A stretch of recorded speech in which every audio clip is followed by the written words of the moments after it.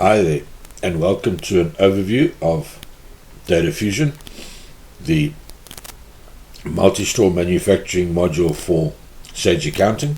This is an overview video to give you an idea of what is within the platform and how it integrates and the basic functionality. We will try and keep it short and direct but informative. So to kick it off, we start with settings, because configuration in something like this is obviously fundamental.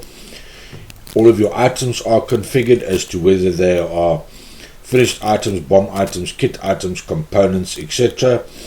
For every item, each one will need to be configured correctly. The system allows for multiple barcodes per individual item.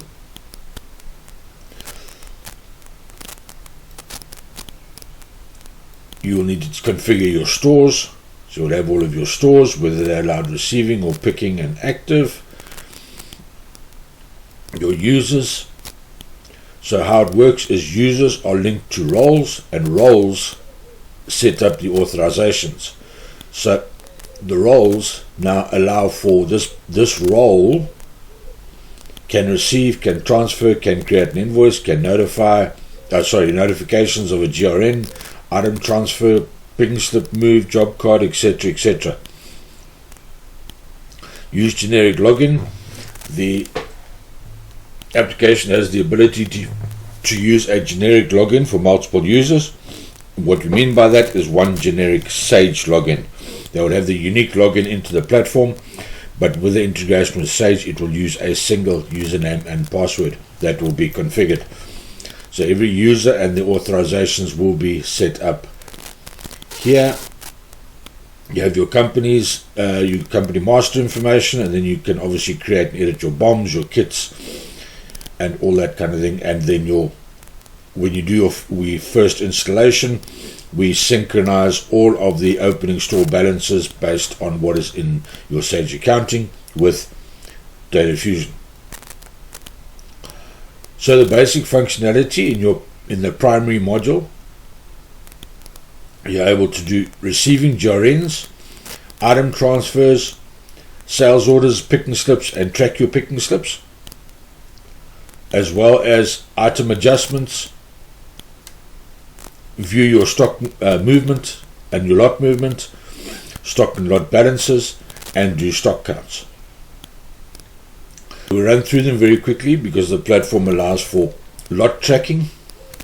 So on receiving, it will go immediately to your Sage Accounting platform and go and return all of the outstanding purchase orders, and for each purchase order they will then go through the receiving process. Once they've gone through the receiving process, lot numbers have been allocated. In this particular instance, there's an additional service charge linked to this particular item. So the system has detected that there's an additional charge, and would you like to combine and allocate the costs? So by doing that, it will average out this cost over these units, and it will alter the average cost price of these 7 products going into Data Fusion and Sage Accounting.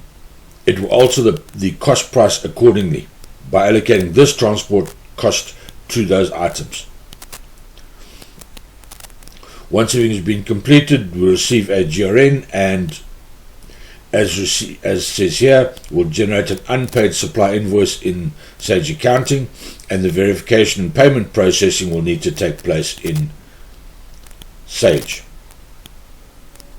Okay, that's briefly what happens on receiving. Item transfers.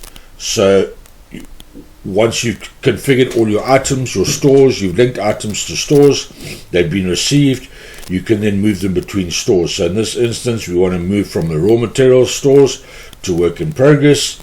All of our relevant lot numbers come up, and we will then choose to transfer. We want to transfer 50 of those between those 2 stores. If we want to add additional costs, we can add additional costs. We can update Sage unit price based on the unit costs, and we say OK, and immediately the stock on this side in your raw material store is reduced and the stock on your work in progress is increased, along with the value of the transaction that has moved. That is obviously stored in the background, and instantly you can go and have a look at the transfer history, look at all your items, the stores, and you will have your complete transfer history. Item transfer OPN, that's a transaction type of opening balance. Those are transfers. When purchases and sales are done and receipts are done, receiving is done, sorry, not receipts, this list just extends, and you can then export this into Excel if you want to use it further. So you have the ability to transfer items from sales orders. The moment you open it, the platform will go to Sage and go and get all of your open sales orders, and from your open sales orders you're able to create either a picking slip or a job card. And if you'd like to go and see the job card itself, you click on it and you will see your job card. So your job card is your regular job card where you can add items to the fly. Where you can add items on the fly based on how the job card is constructed. You can select items, GL accounts, kit items, and you build the job card through to its completion. You can download and print the job card, and you also have a job card tracking facility. We'll get to that in a couple of minutes. Your picking slip is a regular picking slip facility, which is now, you obviously have the facility to download and to track them. And this is to say the user has picked 2 of these, that's the barcode from this particular store, this lot number, and they will mark it as picking as complete, which in essence says now it is ready to invoice. So from a picking slip and job card tracking perspective, very simple to see the status of all of the open jobs, be them picking slips or job cards or whatever the case is, and they move through the various statuses that you would have set up. So your picking slip may go through these different statuses, and to move them you literally drag and drop, yes, move it, and it will be moved. Now that seems fairly straightforward.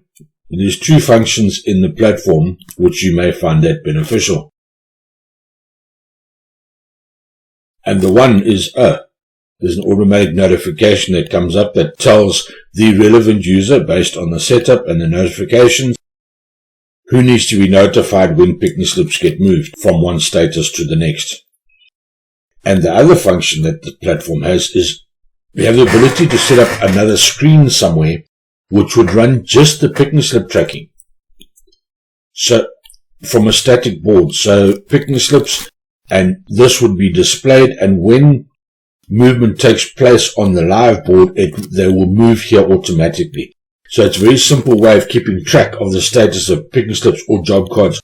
So the same functionality that happens here in your job tracking.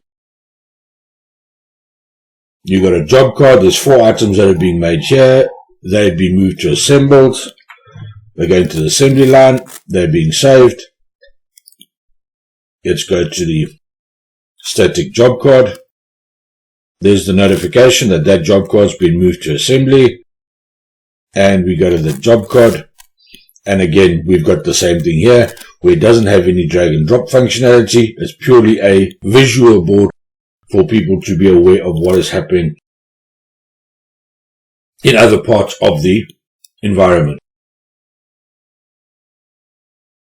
One can see from receiving, you receive items, your lot numbers are either automatically generated or you can dictate your lot numbers, tracking number, serial number, whatever you want to call it, and however you want to use it. But what that does, it defines each batch of materials that are coming in into a specific number for identification, for traceability, etc. Your transfers, moving items between stores, your sales orders are processing of your orders, and you can then keep track of everything that is happening.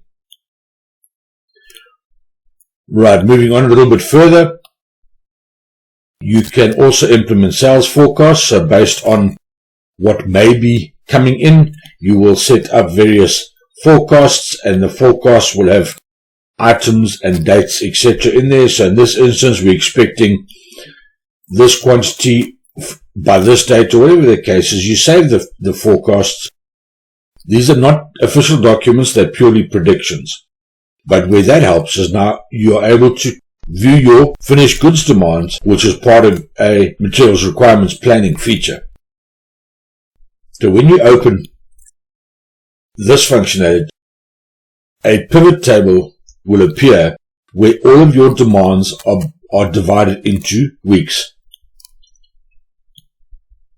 So the type of transaction is a forecast.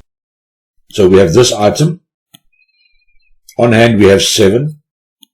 In this week, well, these are the weeks in question. Forecast, purchase order, picking slip. If we had a sales order in there, it would come up as a sales order, so we got a picking slip. So basically, this is your pluses and minuses. So for your yellow stroller, we have 75 on hand. We forecast to sell 400 in that week and 300 on a job card in that week, which means at this point we will have a negative balance on that. This now goes towards our production planning and what is needed either to be purchased or to be ordered or to be manufactured or whatever the case is. And each of these facilities obviously now has a complete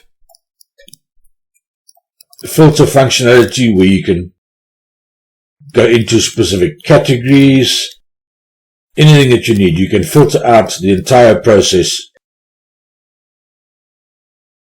the entire screen into the document types. Are we talking purchase orders, job cards? You can filter down to a single transaction, the due date, item codes, descriptions. You can, let's put a category, put this category back in here. You can view all sorts of different things. This is just a case of playing around because it is so powerful of what can be done. And if you really cannot find what you're looking for, you can export it to Excel and carry on.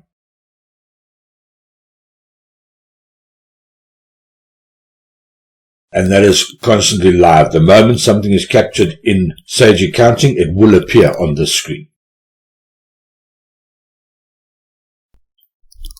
From your stock item adjustment is what it says on the box. That will adjust stock. You will have the choice to either adjust in Data Fusion only or Data Fusion and Sage. So you can do adjustments here. Now that will be used for the likes of writing off stock, increasing stock for various reasons, incorrect stock, it could be any number of reasons why you wouldn't need to do that. Your lot movement. Just okay, I want to see, and I know this item here has got a few products, so we're going to say I want to see that one. I want to see all the lot numbers and I want to see all the records, and it will then give me a breakdown of exactly what has happened with this particular item.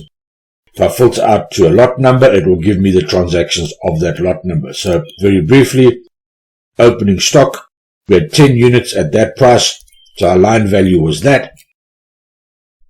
We then transferred 5 out to work in progress, which means we had -5 in raw materials. So our balance in raw materials is 5 and our balance in work in progress is 5. And that is our total stock value, including any additional costs.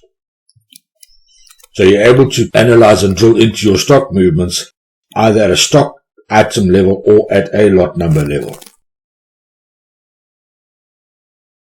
Your balances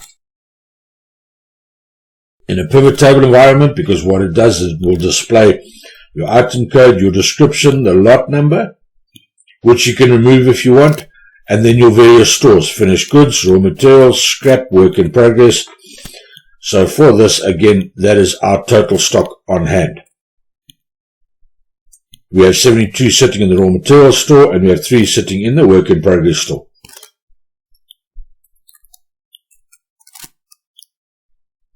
And again, if you don't want to define by lot number, you literally take the lot number out and it will just group them together as single line items, and it will give you total quantities in each store and total quantity altogether. So you have a very in-depth knowledge of exactly where your stock is and through the transactions, you're able to see where it has gone. And then you have your stock counts, and you will, once you set up your stock counts, you will have your items. It has the facility where you will log count 1 quantity. If it's incorrect, count 2 quantity, a final quantity. You will be able to download and print stock count sheets without quantities on them. All the usual stock count facility.